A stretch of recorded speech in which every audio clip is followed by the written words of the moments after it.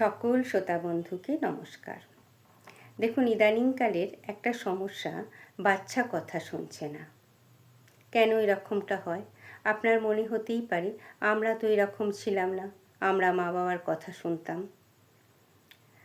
আপনি আপনার বাচ্চাকে বোঝাতে যাচ্ছেন, বাচ্চা আপনার মুখের ওপর কথা বলছে।